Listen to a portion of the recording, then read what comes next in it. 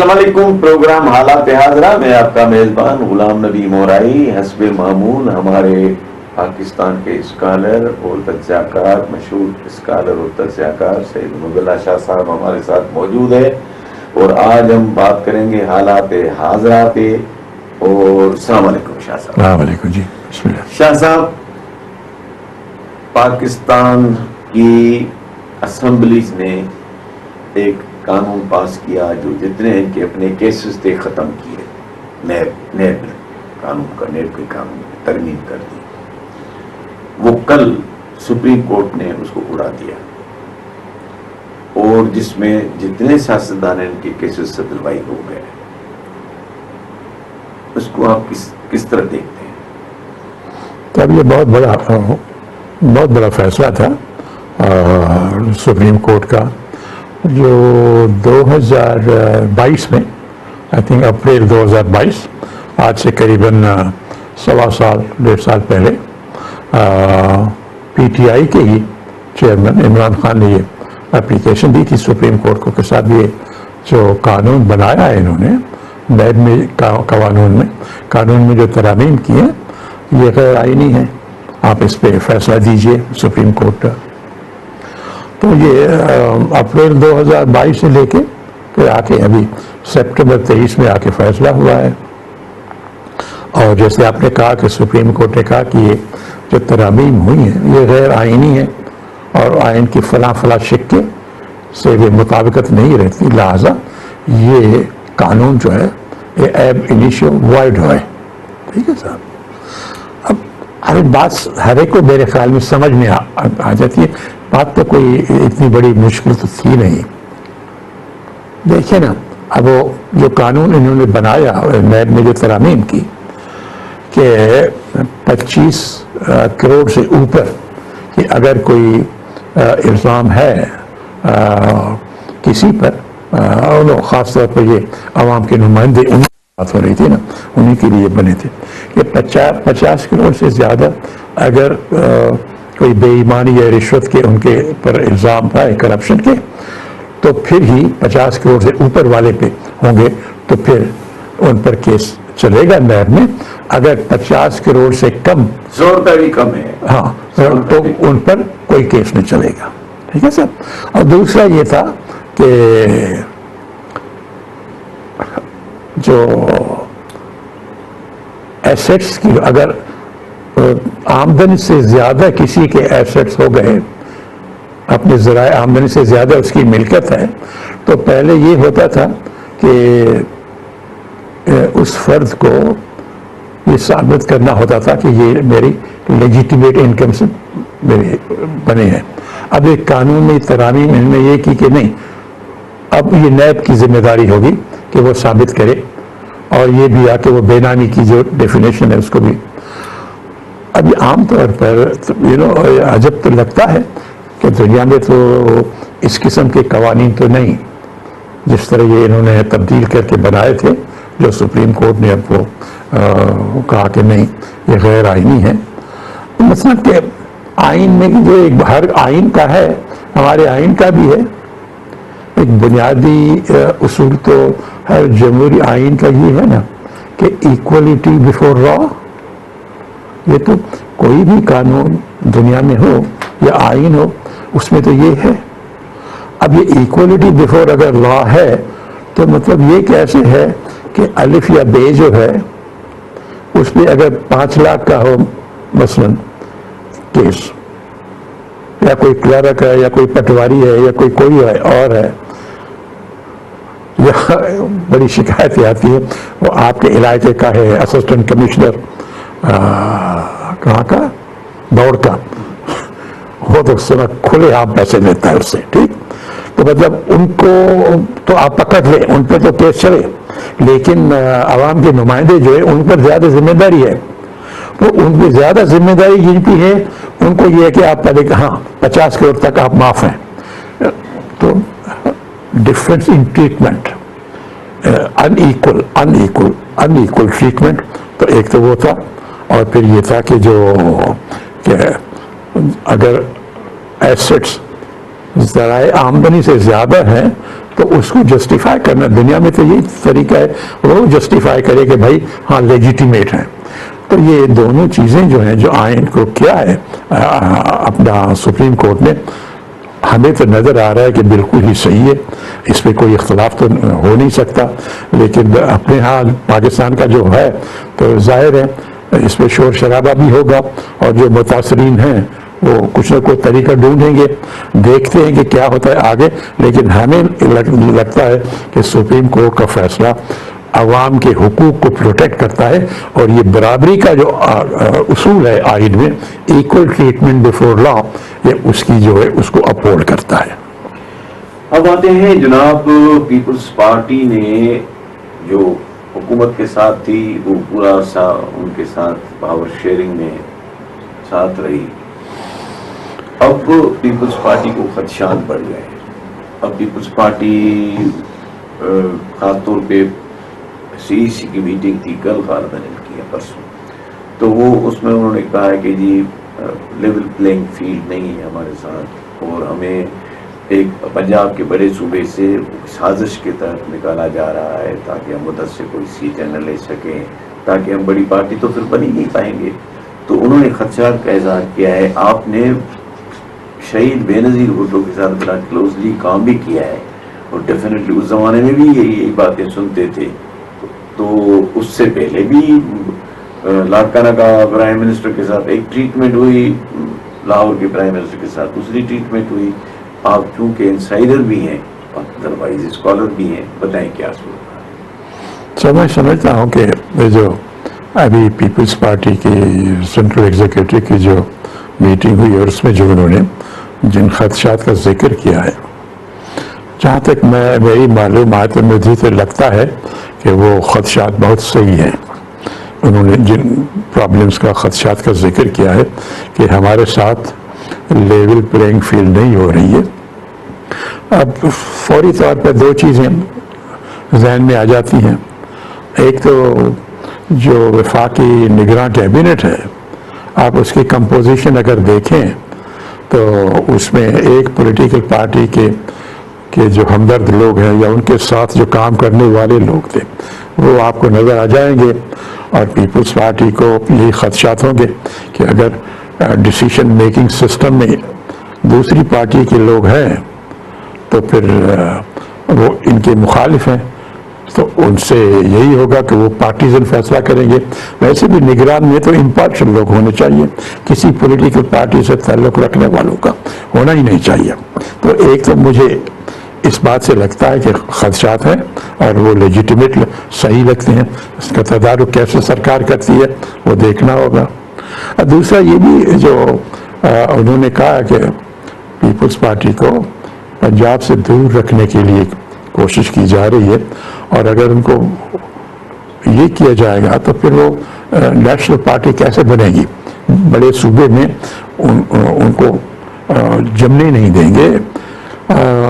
مجھے اس میں بھی صداقت نظر آتی ہے، کیونکہ میں عینی شاہد ہوں 88 میں جب زیادت کے 11 سال کے مارشل لا کے بعد الیکشنز ہوئی اور پیپلز پارٹی بہت سی رکاوٹوں کے باوجود لارجسٹ پارٹی بن کے آئی، اور گرچہ بے نظیر صاحبہ کو پاور پھر بھی نہیں دے رہے تھے، انٹریگز چل رہی تھی مختلف طریقوں سے، لیکن جب ان کو بنایا گیا پرائم منسٹر ہو گئی، تو اس کے بعد صوبوں میں یا تو بن گئی تھی صوبے کی حکومت، کلیئر میجارٹی تھی، اور ان کے ساتھ ایم کیو کو شامل کیا تھا انہوں نے، کولیشن بنائی تھی. پنجاب کا مجھے یہ یاد ہے کیونکہ میں ان میٹنگ سے بیٹھتا تھا جو بے نظیر صاحبہ کے ساتھ لوگ آ کے رپورٹ کرتے تھے. پنجاب کی صوبائی اسمبلی جو تھی، جہاں تک مجھے یاد پڑتا ہے، وہاں پیپلز پارٹی پنجاب اسمبلی میں سب سے زیادہ لارجسٹ پارٹی ہو کے آئی، لیکن ان کو میجارٹی نہیں تھی، لیکن سب سے زیادہ سیٹیں پنجاب میں پیپلز پارٹی کو تھی. میجارٹی کو حاصل کرنے کے لیے ان کو، مجھے میرے خیال میں جو یاد پڑتا ہے، کوئی 11 سیٹیں اگر ان کو چاہیے تو وہ پھر میجارٹی پارٹی ہو جائے گی. دوسری پارٹی پہ جو آئی تھی مسلم لیگ نواز جو تھی، اور نواز شریف وہاں پہ چیف منسٹر تھے ضیاء کے زمانے کے، پھر بھی ان کی پارٹی دوسرے نمبر پہ آئی، اور نواز لیگ کو میجارٹی پارٹی بننے کے لیے 34 یا 35 ووٹ چاہیے تھے۔ اب ہوا یہ بھی عجب سا ہے، فیڈرل گورنمنٹ جو ہے پیپلز پارٹی میں پہلے ہی آ چکی ہے۔ عام طور پر تو ایم پی ایز یہی خیال کریں گے کہ جس کی فیڈرل گورنمنٹ ہے اور یہاں پہ بھی وہ لارجسٹ پارٹی ہے، وہی پنجاب میں بنائے حکومت، تو سب کے لیے فائدہ تھا۔ لیکن ہوا ایسے ہی کہ جادو نگری جیسے ہے پاکستان، جو 11 سیٹیں جن کو چاہیے تھیں وہ 11 ووٹس ادھر نہیں آئے، باقی جو ہے ان کو کہا گیا وہ 33-34 جہاں کمی تھی وہ سارے وہاں دھکے دے کے ان کو بھیجا گیا، اور وہ نواز لیگ جو تھی وہ میجارٹی بن کے انہوں نے گورنمنٹ بنائی، اور پنجاب کا چیف منسٹر پھر وہ نواز شریف ہو گئے تھے۔ تو یہ تو میں نے دیکھا ہے کہ سب سے لارجسٹ ہونے کے باوجود وہ 11 ووٹ ان کو نہیں دیے گئے، جو کو 34 ووٹوں کی جن کو ضرورت تھی وہ 34 ان کو دلائے گئے، اور وہ چیف منسٹر ہو گئے۔ تو یہ ایک بڑی حد تک مجھے لگتا ہے کہ ان کی ان شکایات میں صداقت ہے۔ کوشش کرنی چاہیے کہ یہ نہ ہو، اس قسم کی زیادتی نہ ہو، تاکہ لوگوں کو ایک فیتھ ہو، اعتبار ہو اس سسٹم کے، یہ فیئر اور ایماندار سسٹم ہے، ورنہ یہ سسٹم ختم ہو جائے گا اس طرح۔ آگے ملتے ہیں۔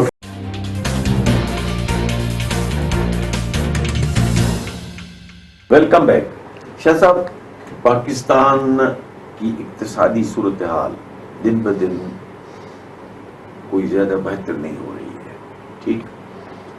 آئی ایم ایف کئی سربراہ ہندوستان G20 کنٹریز میں گئی تو وہاں ڈانس کر رہی ہندوستانی گانے پہ، اور ہمیں یہاں ڈانس کرائی جا رہی ہے۔ آئی ایم ایف ہمیں وہ ڈگڈگی بجاتا ہے، ہم ڈانس کر رہے ہیں، بجلی کے بل بڑھا رہے ہیں، فلاں بڑھا رہے ہیں۔ اب پھر ایک آئی ایم ایف نے اور بات کر دی ہے کہ بھائی بجلی کے تو ٹھیک ہے، عوام پہ تو ڈال دیا آپ نے، یہ مراد جو آپ نے انڈسٹریز کو دی ہوئی یہ بھی واپس لو۔ اب یہ صورتحال جو بھی ہے، آپ اکنامسٹ بھی ہیں، آپ ہمیں بتائیں کہ یہ پاکستان ان کرائسس سے نکلے گا یا اس طرح ہی چلتا رہے گا؟ اگر نکلنے کی بات ہے تو آپ کے ذہن میں کیا پروپوزل ہے کہ وہ اختیار کریں راستہ؟ سر یہ ہے کہ آئی ایم ایف والی جو بات آپ نے کی تو بالکل آئی ایم ایف کا اور پاکستان کے تعلقات پچھلے تو کچھ عرصے سے بڑے خراب رہے ہیں، اور کوئی ایک فرینڈلی دوستانہ ماحول ان میں پیدا نہیں ہوا۔ کئی وجوہات ہیں، اس میں فی الحال نہیں جاتے۔ اور تو یہ ابھی جو آپ نے بتایا کہ انہوں نے عوام کو بجلی کے ریٹس میں ریلیف دینے کے لیے، فائدہ دینے کے لیے، انہوں نے کہا کہ آپ پہلے جو رعایتیں بڑے لوگوں کو، انڈسٹریز کو آپ نے دی ہیں، یا وہ رعایت کم کریں، تو وہاں سے جو پیسہ بچے گا وہ آپ پہلے عوام کو ریلیف دے سکتے ہیں، کیونکہ آپ کو بیلنس بجٹ میں یا جو ڈیفیسٹ ہے اس کو ایک حد تک آپ نے رکھنا ہے، اس سے زیادہ آپ بجٹ ڈیفیسٹ نہیں کر سکتے۔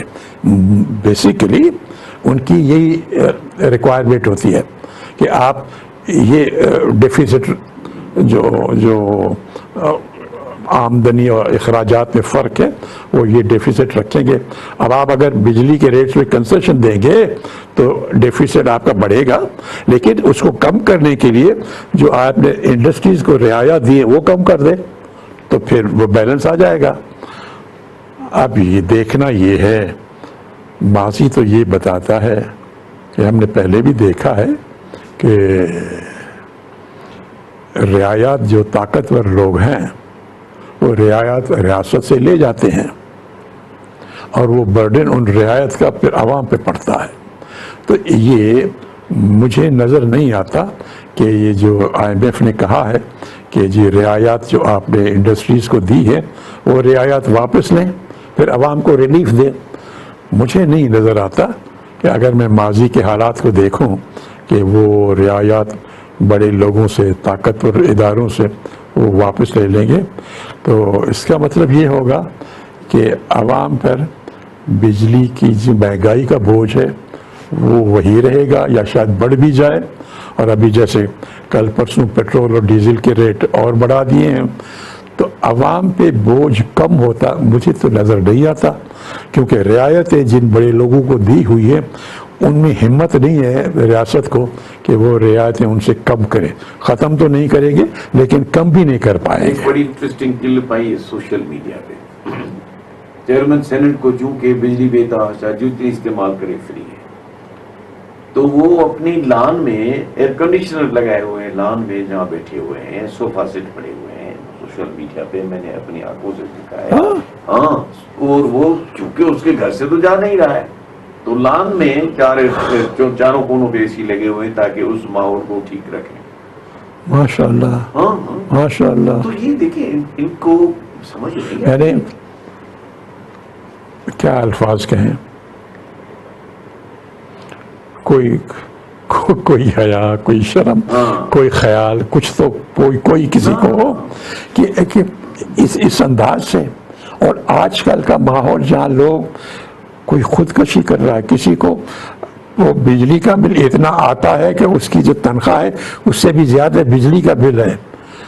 کچھ لوگ جو بچوں کی دوائیں یا کپڑے یا کھانا وہ نہیں لے سکتے, سب پیسہ بجلی کے بل میں جاتا ہے. اس کے باوجود بھی اس قسم کی شاہ خرچی یہ کرنا کیا کہیں. اور وہ صاحب جو ہے وہ میرے خیال میں مڈل کلاس سے ہیں, کوئی اتنے بڑے خاندانی سے بھی تعلق نہیں رکھتے. یہ پارلیمنٹ اس کے بعد پارلیمنٹ نے اس کو فیسلٹیز دی ہوئی ہے. نہیں, اگر وہ گئے لیکن گھر کمروں میں رہیں, آپ اوپن لان میں لگائیں. وہ دیکھیں کچھ بھی ہے, دیکھیں بات یہ ہے کہ آفٹر آل جن کی 7-8 لاکھ روپے سیلری ہے, ججز کو بجلی ہے, اور یہ جو پارلیمنٹریز کو بجلی ہے. مطلب یہ کہ غریب ملک ہے. اور جس طرح آپ نے کہا, جس طرح آپ کی کتاب بھی کہتی ہے, یہ کتاب بھی یہ کہہ رہی ہے کہ بھائی اسٹیٹ اینڈ سوسائٹی کو تو ہم نے بیڑا غرق کر دیا ہے, اسٹیٹ ہی طاقتور ہوتی جا رہی ہے. یہ بالکل ہے صاحب. اگر یہ عوام کے لیے جینوئن کوئی درد دکھاتے نا تو مثلا ایک فیصلہ یہ کر سکتے تھے کہ یہ جتنوں کو بڑی یہ مفت بجلی ہو رہی ہے اور جو لان میں جا کے اوپن لان میں جا کے ایئر کنڈیشنر لگاتے ہیں, آتے ہیں لوور مڈل کلاس سے اور اس قسم کی باتیں کرتے ہیں, تو یا تو سرکار اگر جینوئن درد دکھائے لوگوں کو تو بھائی یہ رعایتیں ختم نہیں کرتے, 50% کم کرو. 50% کم کرنو آپ کو اتنی بجلی بچے گی. یہ جو سرکاری ادارے ہیں اور یا بلڈنگز ہے بے تحاشا بجلی خرچ ہوتی ہے نا. میں ایک مثال دوں جو شاید پاکستان کے حکمرانوں کو ایک سبق بھی ہو. یہ حقیقت ہے, میں نے یہ پڑھا کہ کوئنز ایلزابتھ برطانیہ کی جو ملکہ تھی, انتقال ہو گیا ابھی, ان کی عادت یہ تھی, یہ ان کے بیٹے نے یہ کہا کہ بھائی ہماری جو اماں ہے کوئن ایلزابتھ, وہ جب رات کو جب دفتر کا کام کر کے وہ جب دفتر جو بکنگم پیلس کا جو دفتر کا حصہ ہوتا تھا, پھر جا کے جو ریزیڈینشل علاقہ اس میں سونے کے لیے جاتی تھی, تو وہ خود کوئن بتیوں کو آف کر کے جاتی تھی کہ اب دفتر کا ماحول اب پورا ٹائم ہو گیا, اب اس میں یہاں غیر ضروری بجلی نہیں جلنی چاہیے.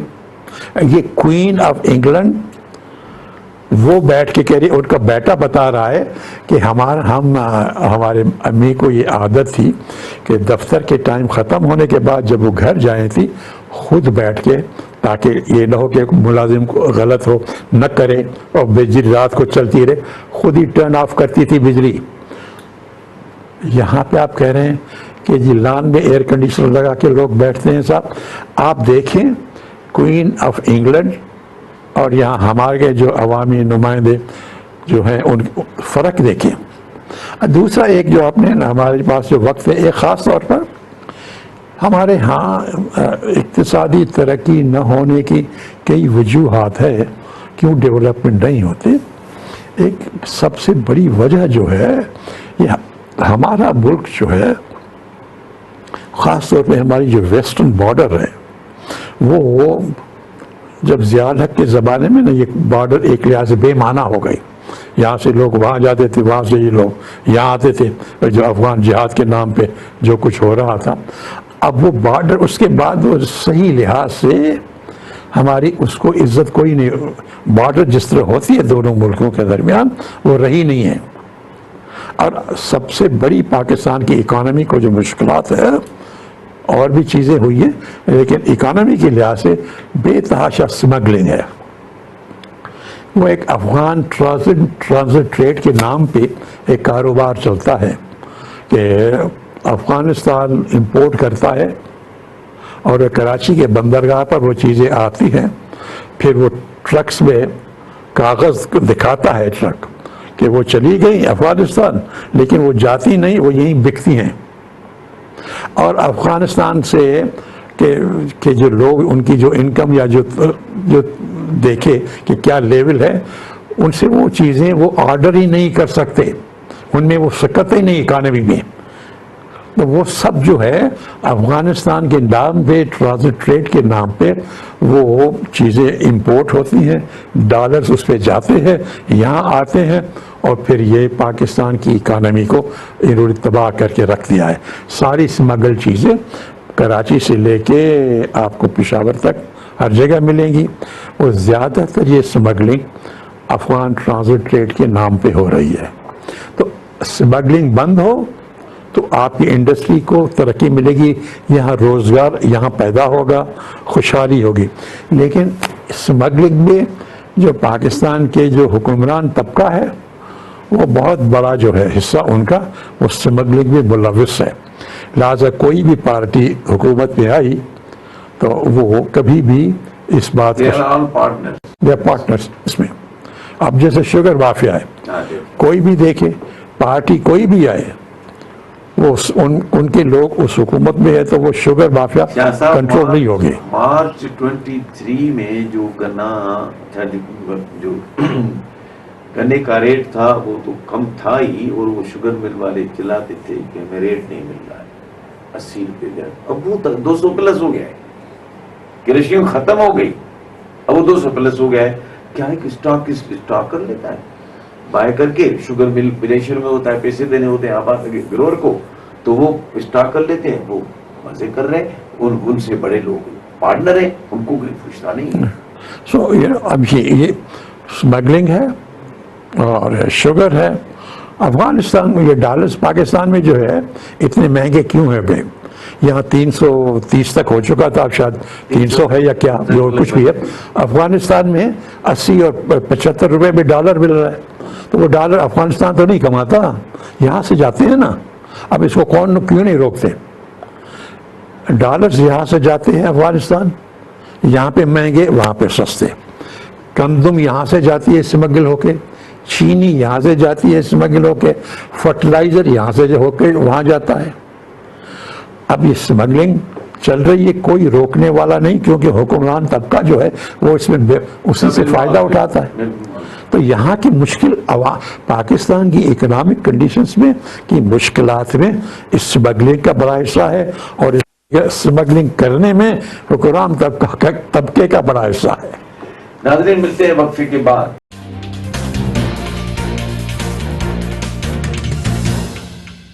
ویلکم بیک ناظرین. شاہ صاحب G20 کنٹریز اختتام پذیر ہوا ہندوستان میں، اور اس میں کئی چیزیں دیکھنے کو ملی. مودی نے تقریر میں کہا کہ MBS کو، محمد بن سلمان کو، کہ میری IT کی ایکسپورٹ آپ کے تیل سے زیادہ ہے. اور پھر کئی اور بھی فیصلے ہوئے جو آپ بتائیں گے ہمارے ناظرین کو. اس کے بعد چین نے اپنا سفیر افغانستان بھیج دیا ہے، اور وہاں کچھ پاور پلانٹس لگانے کے سلسلے میں بھی معاہدے ہو رہے ہیں، اور وہ شاید تسلیم بھی کر لے افغانستان کو. تو تیسرا جب ہم یہ باتیں کریں گے تو ہم نہ G20 میں ہیں نہ ہم برکس میں ہیں، تو ہمارا آفٹر آل ہے کیا مقصد؟ ہاں صاحب بہت مطلب یہ 14 اگست منائیں گے، 23 مارچ منائیں گے اور 6 سپٹمبر منائیں گے، میناروں میں لگے رہیں گے، پوری قوم اس کے پیچھے چلتی رہے گی. او بھائی کچھ پاکستان کے لیے بھی کرے نا. اب یہ جو بین الاقوامی تعلقات کے لحاظ سے آپ نے 2-3 جو ایشوز ہیں جن کا ذکر کیا، اب برکس کے بعد ابھی خاص طور پہ یہ جو G20 ہوئی، اس میں سب سے بڑا فائدہ تو ہندوستان، بھارت جب کہا جاتا ہے اس کو، انہوں نے اپنا نام ایک لحاظ سے تبدیل کیا، بھارت کو ہوا، انڈیا کا ہوا، جو ایک لحاظ سے ریجنل پاور سے انڈیا ریجنل پاور سے اوپر اٹھ کے ایک گلوبل حیثیت G20 کی وجہ سے حاصل ہو گئی اس کو، اور اس میں امریکہ اور یورپ والوں کا بڑا حصہ ہے اس کو پروجیکٹ کرانے میں، کیونکہ انڈیا اس کا امریکہ کا اور یورپ کا کئی باتوں میں، خاص طور سے چین کے خلاف ان کا الائز ہے، ان کا الائنس ہے آپس میں، تو وہ بھی اس کو کرتے ہیں. لیکن یہ بھی ہے کہ انڈیا کی اکنامک پاور اتنی بڑی ہو چکی ہے، اتنی ہو چکی ہے، جیسے آپ نے ایک مثال دی کہ سعودی عرب کو کہتے ہیں کہ جی آپ کی جتنی آئل ایکسپورٹ سے جتنا آپ کماتے ہو، میں اپنے لوگوں کی دماغی برین پاور جو ہے نا اسے کماتا ہوں. آئی ٹی ایکسپورٹ کیا ہے؟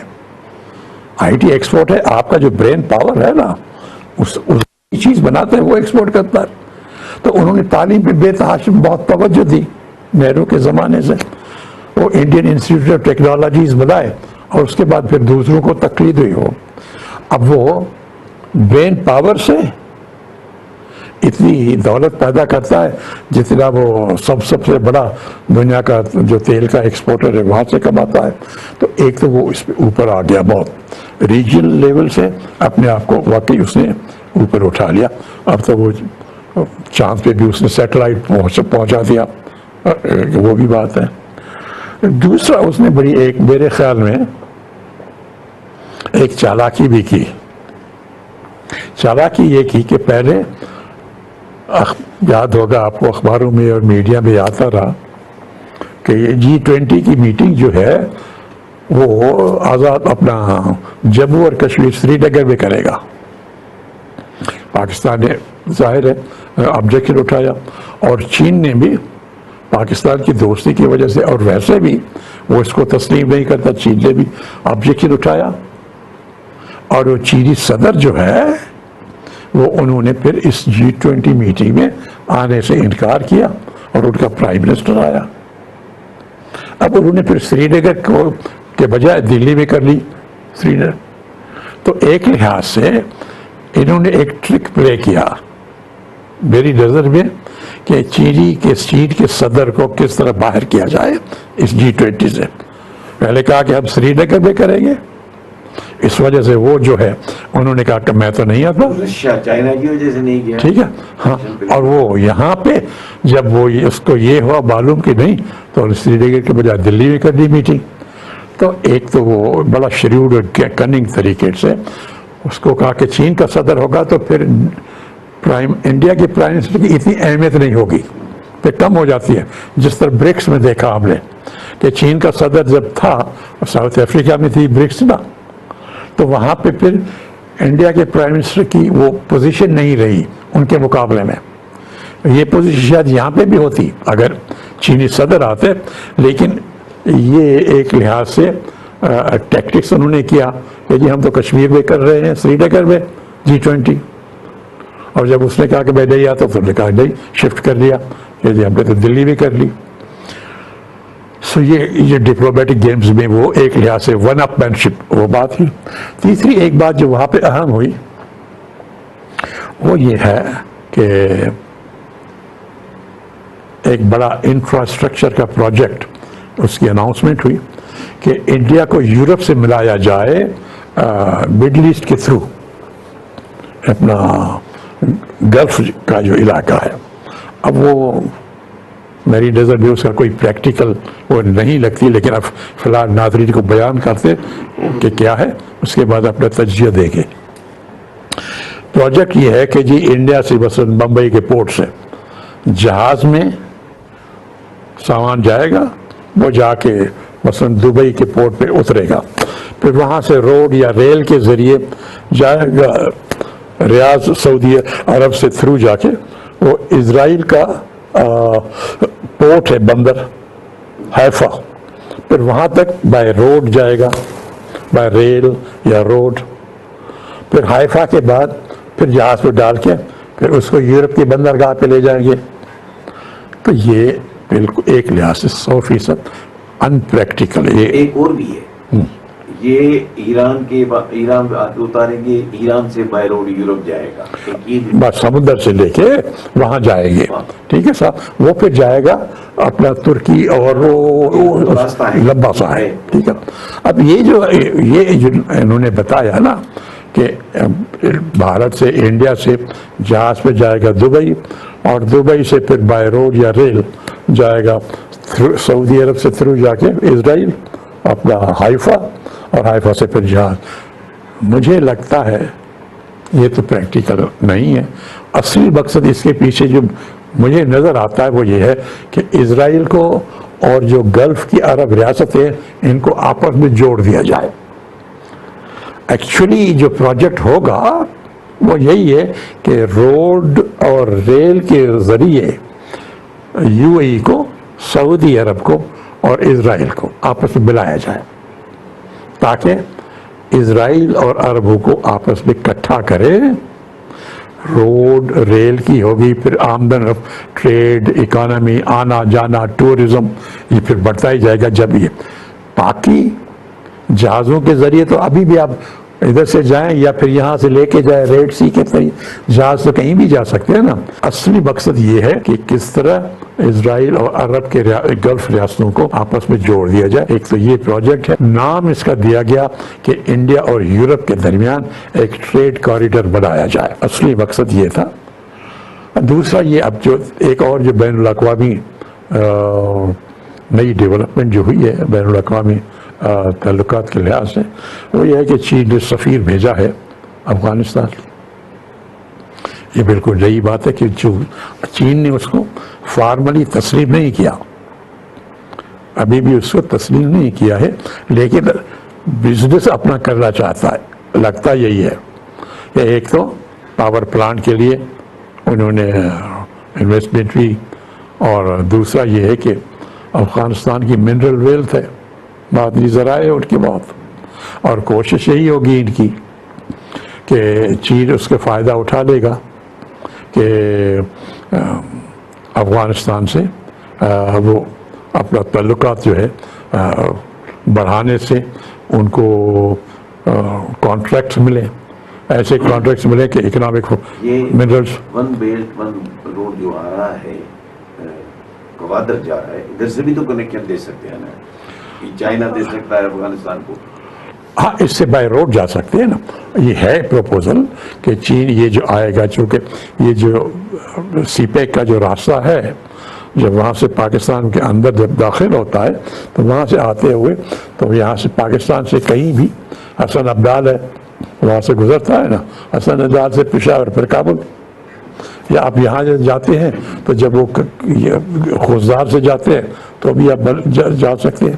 تو یہ تو ہے کہ یہاں سے بھی ہو سکتا ہے، لیکن اب یہ ہے کہ یہ چین اور افغانستان کی، اب انہوں نے وہاں سے جو کیا ہے اور بھی طریقے ہیں، لیکن افغانستان کے متعلق جو خدشات ہیں نا، پاکستان کو بھی ہے، چین کو بھی ہے، دنیا کے دوسرے لوگ ممالک جو ہے نا سب کو وہ خدشات ہیں۔